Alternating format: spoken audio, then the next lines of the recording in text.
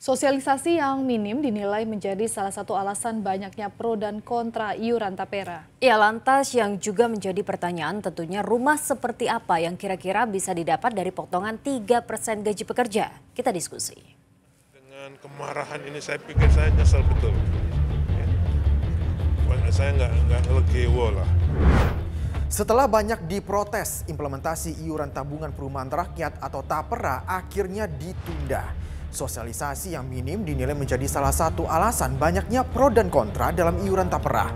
Sementara pemerintah menyatakan saat ini ada hampir 10 juta warga Indonesia yang belum memiliki rumah. Bisakah tapera membantu masyarakat untuk memiliki rumah?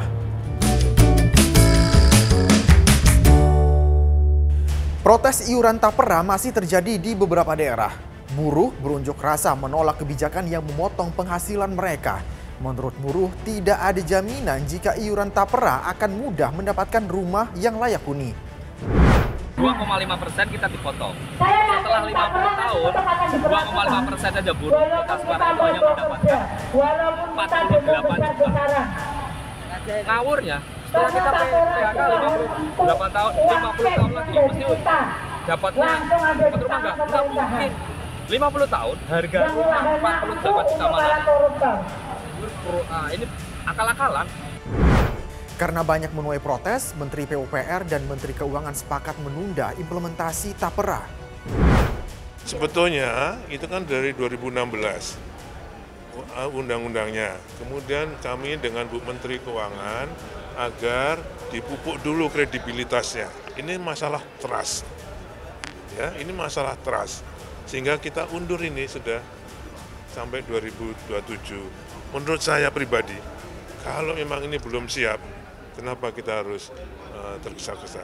Harus diketahui APBN sampai sekarang ini sudah 105 triliun dikucurkan untuk FLPP, untuk subsidi selisih bunga. Sedangkan kalau untuk tapera ini mungkin dalam 10 tahun bisa terkumpul 50 triliun. Jadi effortnya dengan kemarahan ini saya pikir saya nyesel betul. Ya. Saya nggak ngelegewo lah. Jadi apa yang sudah kami lakukan dengan 10 tahun FLPP subsidi bunga itu sudah 105 triliun.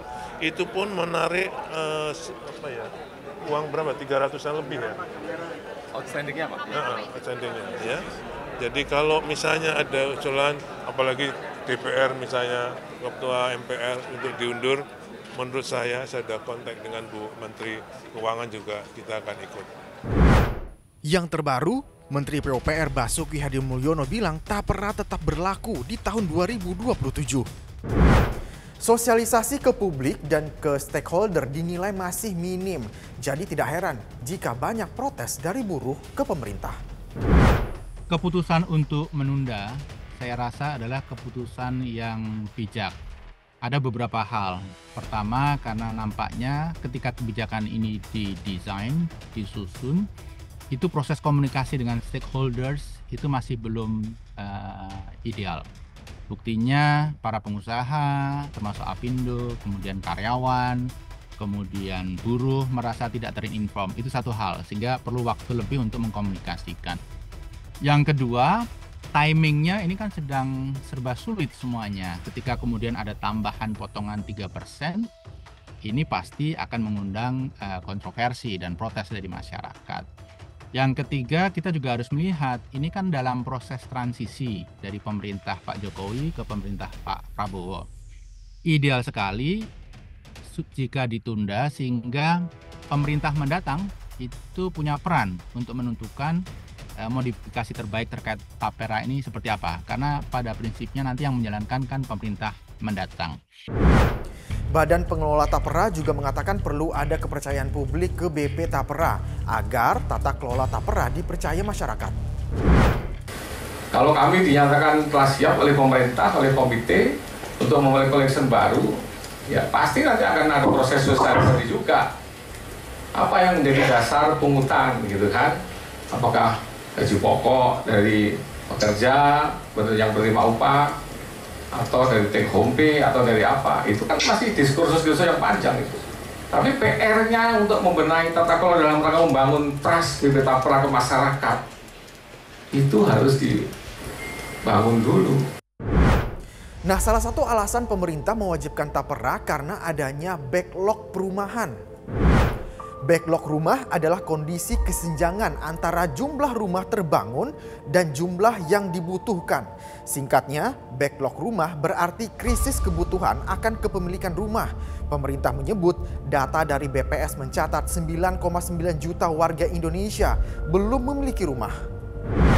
Ada 9,9 juta masyarakat Indonesia yang belum memiliki rumah. Ini data dari BPS ya, bukan ngarang ya. Untuk itu maka kita berpikir keras, pemerintah berpikir keras, memahami bahwa antara jumlah kenaikan gaji dan tingkat inflasi di sektor perumahan itu nggak seimbang. Untuk itu maka harus ada upaya keras agar masyarakat pada akhirnya nanti bisa walaupun terjadi inflasi tetapi masih bisa punya tabungan untuk membangun rumahnya. Tujuannya baik, tapi menurut pengamat antara tujuan, desain kebijakan dan implementasi iuran tapera belum bersinergi dengan baik. Yang pertama, ini mewajibkan. Jadi ketika mewajibkan, tentunya tidak semua masyarakat itu rela. Karena belum tentu mereka merasa butuh rumah. Kenapa mereka harus menabung untuk rumah? Yang kedua, banyak di antara mereka yang punya prioritas yang lebih urgent. Misalnya untuk kebutuhan sehari-hari saja mereka masih harus berjuang. Kenapa harus menyisihkan untuk tabungan rumah yang belum tentu mereka akan memanfaatkan. Yang lain menurut saya juga terkait dengan GCG. Kita masih belum lupa kasus Asabri, kasus Jam Sostek, kasus Jiwasraya, Bumi Putra. Yang saya rasa ketika didesain di awal itu ceritanya serba indah juga, tetapi dalam prakteknya dengan berjalannya waktu ada masalah GCG sehingga mereka yang menitipkan amanah, menitipkan uangnya di lembaga-lembaga itu akhirnya justru tidak mendapatkan apa-apa. Jadi antara tujuan kemudian dengan desain kebijakan dan potensi masalah saat implementasi itu masih belum sinergis. 9,9 juta warga belum memiliki rumah tentu bukan angka yang kecil.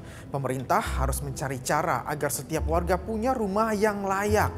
Tapi tentu dengan desain dan tata kelola yang tepat agar tidak menimbulkan polemik di publik. Saya Zeki Rahmat pamit, terima kasih, sampai jumpa.